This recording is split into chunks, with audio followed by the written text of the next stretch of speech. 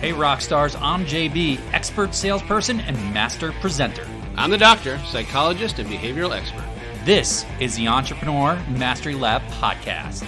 We're high-performance coaches that help service-based professionals and entrepreneurs take their skills to the next level. 70% of entrepreneurs fail, which is why every week we have real talk with real entrepreneurs to help ensure you are not one of them. We're also the inventors of the Be Rich mindset, where we rise to mastery, inspire greatness, celebrate knowledge, and help others along the way. So join us in the lab. And now, on to the show. Hey Rockstars, and welcome back to the lab. I'm JB. And I'm the doctor.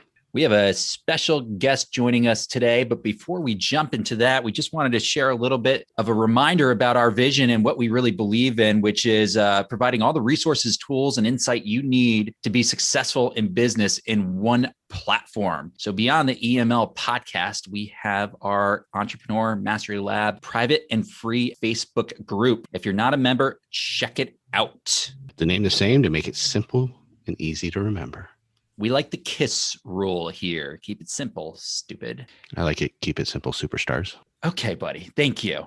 Thank you for that. If you've joined us before, you're used to this from the doc and I, and thanks for coming back again. If you're new to listening, thanks for joining. You're in for a ride. We're super excited to have you today. In addition to our fantastic platform, we've got a couple really cool things coming up. Do we? Tell me more. We do. We do indeed. So right off the bat, this week, we have a special event, Better Business Brewing at LauderAle Brewery. Exciting. It's fantastic. We're going to be talking sales, how to sell yourself, maybe even how to convince a bartender to give you a free beer. Ooh, beer. You got my attention now. Let's go. What are we talking about? This week, when? This week, we've got it on Thursday, starting at 6:30 p.m. So join us, be early, stay late. We're going to have a blast. We give away free beer ourselves. We give away free goodies and chocolate and candy. And we even give away some free cold, hard cash. To be clear, that is June 15th, Thursday at 6:30 p.m. All right. So being that we're going to be at LauderAle Brewery, drinking some beers with you fine people, we thought we would have the one and only Miranda Fuller from LauderAle Brewery here in Fort Lauderdale join us today as our guest on our podcast. Miranda, welcome. Hello. Thanks for having me. Yeah, we are super pumped to have you join us today.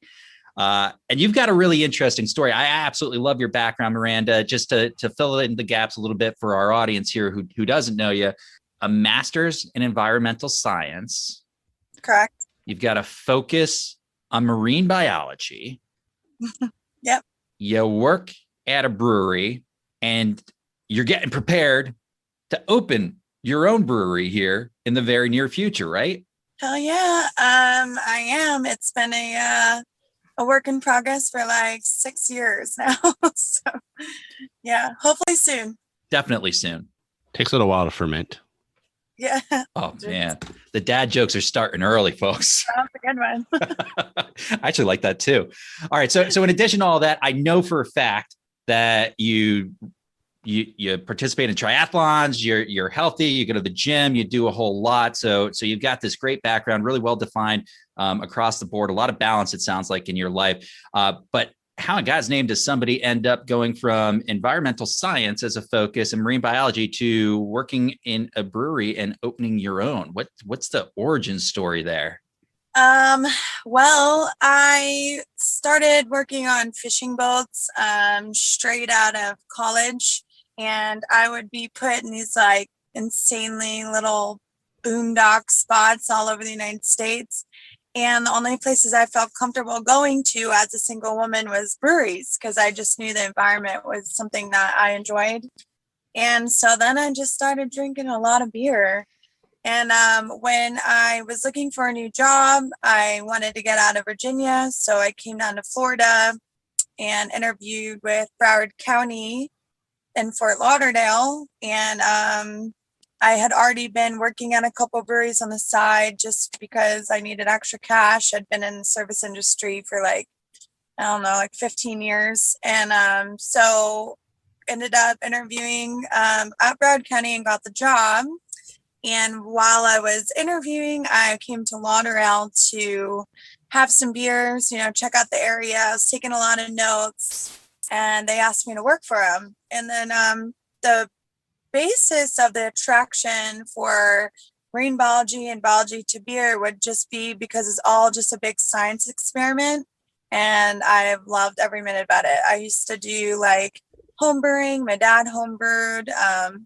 A lot of people I knew were brewers, and I loved learning about yeast, and it just kind of became my little like 2-combo job situation now.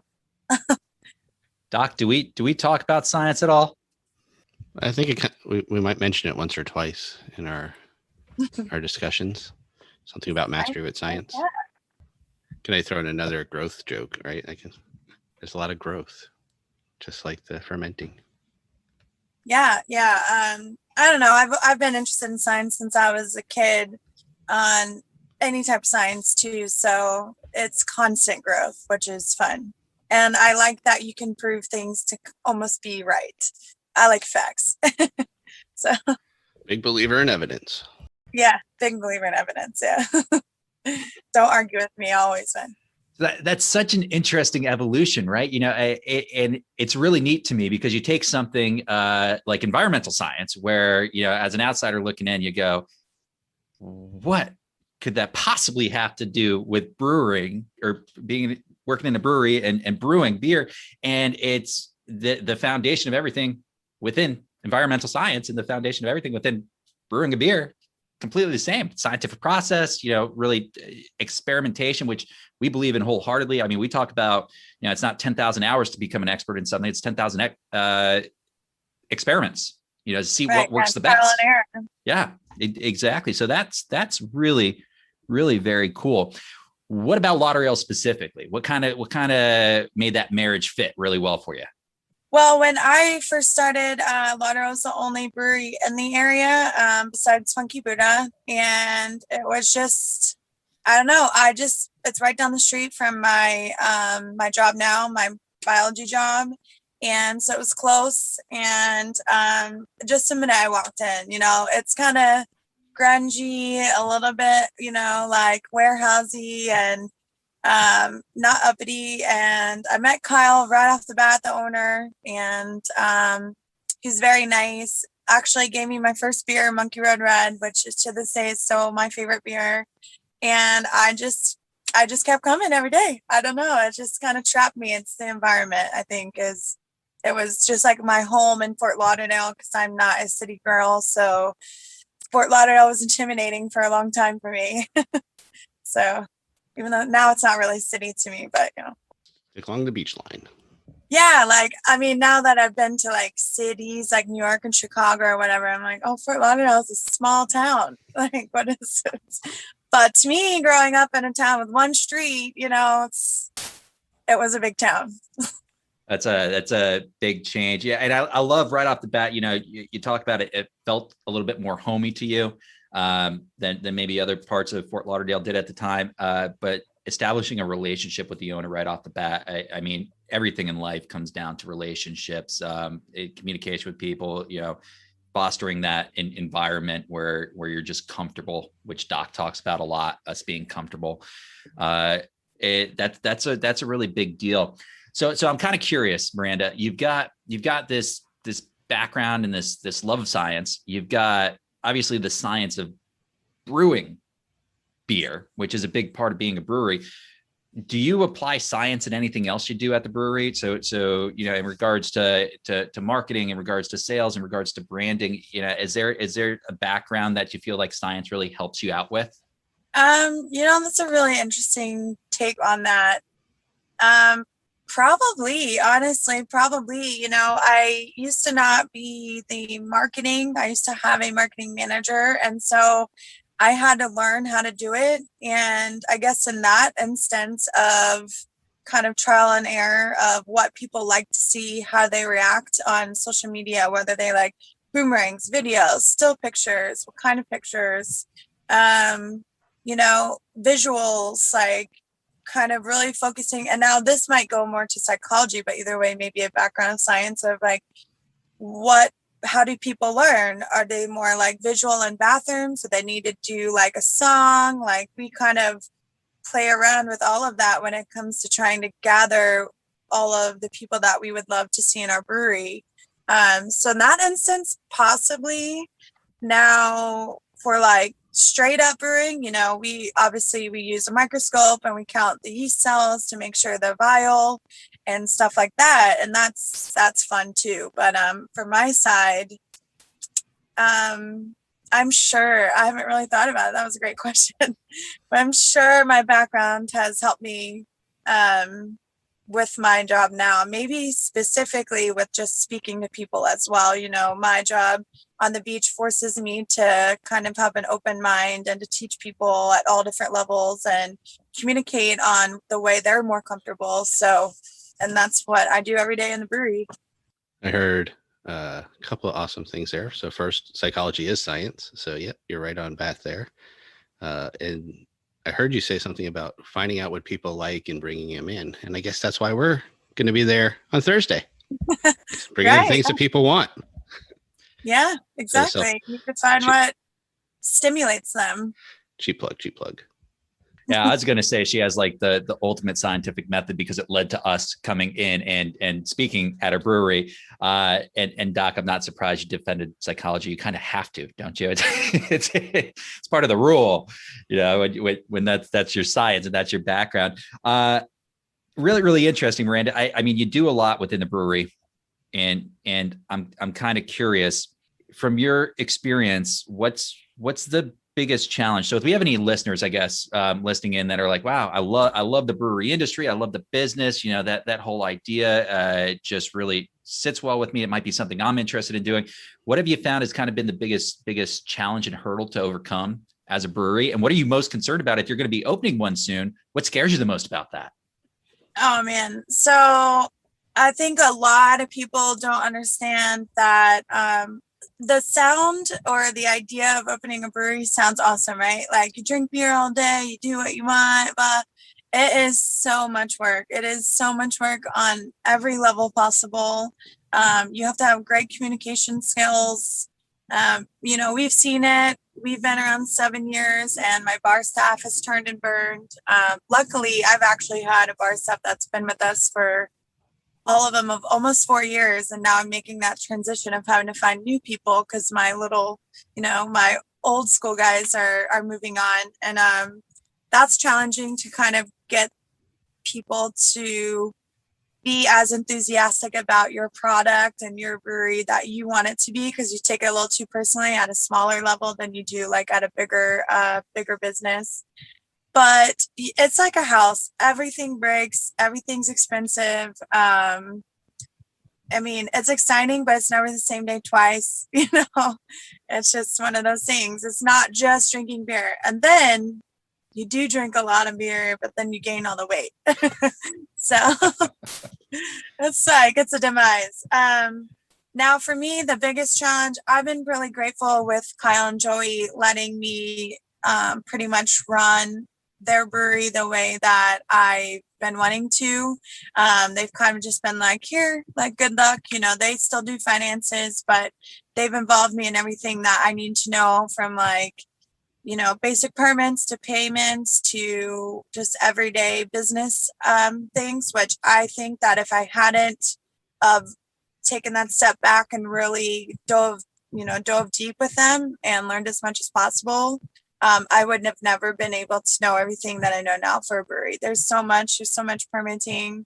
It's just, there's so much you got to know. And, one tank costs a couple, $25,000 for one tank. So it's money that just, you have to be very specific when using, and I want to make sure I use it right. So that initially has been worrying me a bit, the price tag and making sure we're successful, but I know we're going to be. So luckily. No doubt in my mind. No, you don't, right? I mean, that's the uncertainty and scary thing about opening a business. For all of our listeners who have been there or are thinking about doing that, I mean, for sure, it's a little terrifying to open up a business. But there's a little bit of courage involved with taking that plunge. And in my mind, what's fantastic about your role at LauderAle in setting the stage, which is always a positive thing when you're going to open a business, is kind of having a really strong foundation. Is it sounds as if in a lot of ways you're kind of like a business owner in proxy. You might not be the business owner of LauderAle, but you've had exposure to all the moving pieces that a business owner normally would. So you've gotten kind of dangerous within the brewery world, where you really kind of know the essentials. And then something you said, Miranda, really stuck out. When we have limited resources, how do we go ahead and how do we determine where the best use is?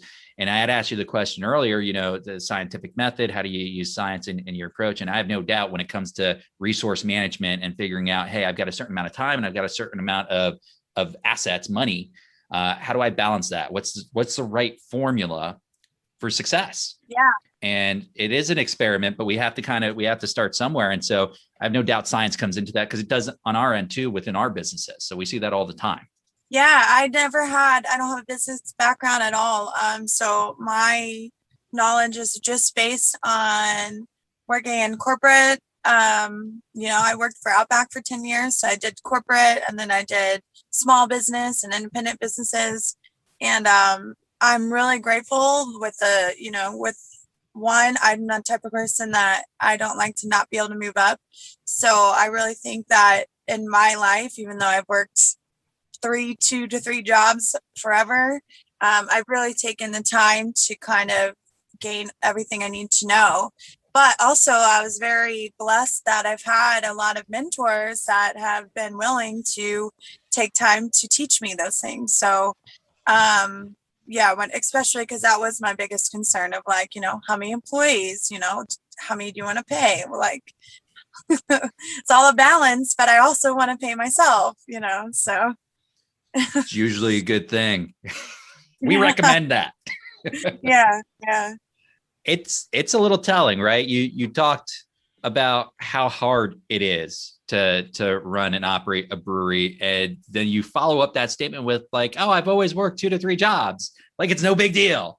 So perspective, right? Creating a little perspective, which we talked about a few weeks ago, as well as mentorship in one of our previous podcasts.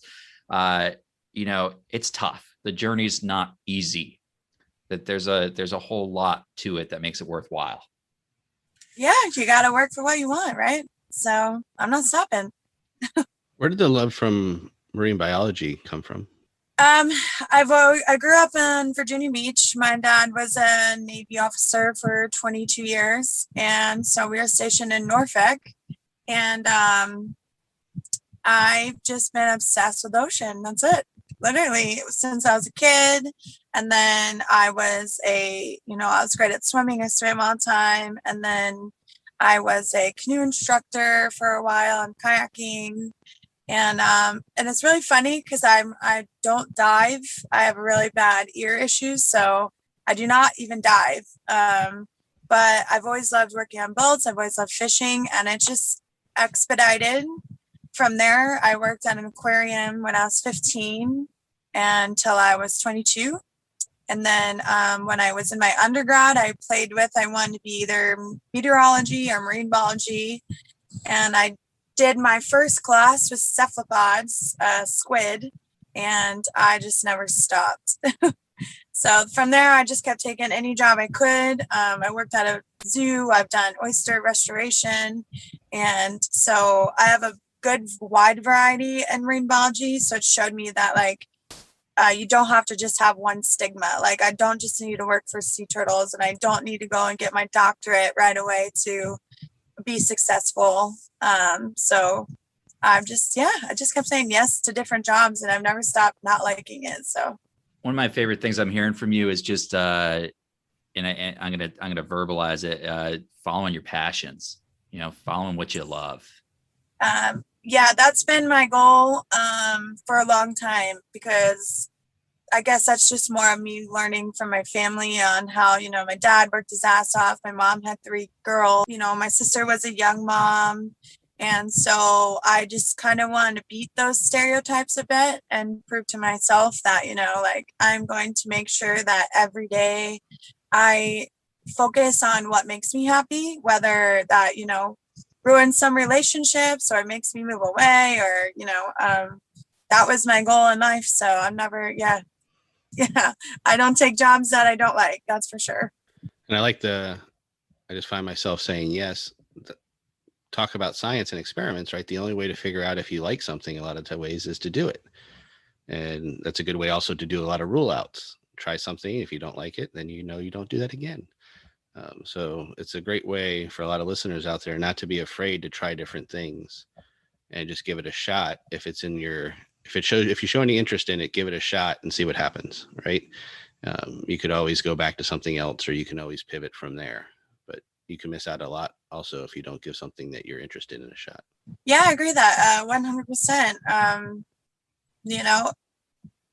If you know what type of person you are and you take a shot, it doesn't work out, that doesn't mean that put you back, that just put you sideways, right? So like I know that if I try a new job and I get fired, or whatever happens, I don't like it, that I'm not going to not be successful. I just gotta pivot. And you get a lot of valuable information from that, right? You've learned either a skill that you picked up from it, you learned what not to do again next time. So there's a lot of valuable information that comes from things like that. Sometimes even more from the things that you don't enjoy. Yeah, I used to work at a printing company when my shift was 3 a.m. to I think like 7. It was very short, but I hand packed cigar labels in a box. There was like 2,000 of them in a box, and they were tiny. And when you finished a box, you had to go and tell our warehouse manager, and they would come smack the box. And if it popped up, you had to redo it. And if they fell flat, you had to add more. And that taught me a lot of discipline. But I only lasted about 9 months. I was like, It's about 8 months and 29 days longer than I would have. Right. I needed money pretty good that day. But it taught you something. A lot of our listeners are the types where we want to live, right? Why do we go into business? Why do we do what we do? Why do we follow our passions? Because we don't want to spend every day of our lives not living. You only die once. You have a chance to live every day. But a lot of people don't. And so, following your passion, figuring out what you don't like is one of the best ways. And a lot of times knowing what's not for us is a lot more, it helps us get to where we want to go versus, just keying in on something, because until we have a little perspective, it's impossible to figure out, hey, is this right for me? Is this what I really want? I'm curious, Miranda, just kind of, I want you to picture yourself here. I want you to picture yourself in 3 years. You've opened up your brewery and it's incredibly successful beyond your wildest imagination. It's accomplished everything you could have ever dreamed of it accomplishing. What now? Honestly, when I get to my brewery, so it's going to be a brewery coffee shop. I got a lot of things to add to it. And I'm going to hire my family. And when I get to that level of 3 years, I'll probably get a dog, a farm, land, and learn how to relax. Learn how to relax. All right. Yeah. Good luck. Give me a call. Let me know how the hell you do that. I have not figured it out. Yeah, I know. We're very similar people. So, I don't read a book.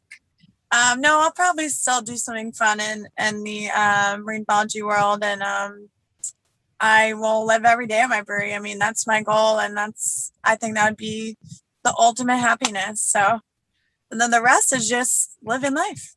That right there, that's the answer to the question, though, for all our listeners right there. What are you going to do when you have all the success in the world? I'm still going to do what I love doing, which is what I'm planning on doing. That is the dream, right? My success is I get to do what I love. And, it's amazing how those come together and build off each other. That's awesome. I love hearing that. Yeah, there's no other plan in my head, literally. I wouldn't want to keep moving forward, obviously keep moving forward, but yeah, I'd be like, I'm at the top of the mountain. That's cool. I'll sit here for a while. Yeah. That's fantastic. Unless I go crazy, or I don't know. Maybe I'll just maybe I'll start getting into whiskey. Turns out there's another mountain to climb, or a bigger one, or bring somebody up with you, type of thing. Yeah, there's always something. Yeah, exactly. All right. So my public service announcement for everyone listening, including the two of you, is don't wait till you're fully successful to learn how to relax. Let's learn that along the way so that you can have that balance that we talked about earlier. I might know people that can help with that too. Whatever. Well, I'm willing to learn, Doc, but it's hard. I'm in my gym clothes, so I'm going right straight there after this, and that does great things for me. Does it help you relax, right? Yeah, sure does. But if I don't miss it, watch out, world. Because it is found about finding that balance. It's different for each person too. So it's finding what's specific for you that gets you that balance. And there's no 50-50 on that. It's just really finding whatever number that is for you and making it work the best way possible. One size does not fit all. Never does. Oh no, those scrunchy shirts work. So as I'm wearing a one size fits all hat. Okay. Right. Which wouldn't fit my head. We do know some awesome things that are coming up though for you, Miranda, and at LauderAle. And I've heard you say a few years gone by. What do we got coming up the week after that we're going to be there? We're the prelude to that. What's coming on up there? Well, we have our 7th anniversary beer festival coming up. So this is an event we've done since year 2, which is a 3-day beer fest. And I'm switching it up this year a little bit. So Friday the 23rd, we are doing a 4 to 5. It's probably going to be 5-course beer dinner with Culinary Ramen, which is one of our favorite ramen food trucks. And he has great chef, like high chef training. So this one would be like a fine dining experience. And then we have a live band at 9:45 who are great. They're called Got You Covered. And they shake the house down, playing all your favorite covers, you know. Then Saturday, we release 10 beers for the day, 1 beer an hour, starting at 12, so 12 to 10. And then we are doing a brunch, a jazz brunch during the day, and a full moon party at 8 o'clock, which is going to be awesome. We have an aerialist, a fire spinner. We have a drum circle. We have DJ Sisso, which is one of like the really well-known female DJs from the Hard Rock, going to be playing with us. And it is a full moon, so every full moon we release a new beer as well. So we're going down this year. Then Sunday is just going to be an easy, another chill, relaxed day. We have the Copper Tones playing at 4, and then it's the only day you can sign up for our Mug Club membership. 1 day only, so make sure to be there. Wow, that's pressure is on. Yeah, that sounds incredible. You got a lot going on in one weekend. I want to come. Oh yeah, count me in. It's a don't sleep weekend for us, but it's a hell of a lot of fun if you can come as patron. Right on. So that is LauderAle's 7th anniversary on July 23rd, 24th, and 25th. And I think there's a chance to win free beer for a year, something like that. Yes, there is. Yep. So we are doing a sign up. You just come into the brewery, get some beer, leave us your email. We're going to have like a separate iPad. That way you don't have to wait in line for it or any of it. And the gist would be you win free beer for a year when we do the drawing on July 31st. What? It's just like a nuclear option. It's not enough that we've got DJs and live bands and fine dining with beer menu, like a 5-course fine dining meal, 11 free beer or 11 new beers you're launching. I mean, you got a lot going on, and you're offering the chance to win free beer for a year. Yes. So we actually will be, I forgot that Sunday we're also releasing 10 new beers. So it'll be a total of 25 new beers in 3 days. Yeah. How many beers can you drink in three days, Doc? Apparently 25. You have to. I shall Uber my way there, or Lyft, or whichever one wants to sponsor this podcast. That is absolutely awesome. So we're super excited to be coming back to LauderAle. Super excited to check out the anniversary as well. Miranda, thank you so much for joining us here on the EML podcast. We appreciate sharing a little bit about yourself, what your goals are, and kind of some of what you've seen in your years in the brewery industry. Yeah, thank you. It's been fun. I appreciate you guys. Also, Doc, it's July 15th.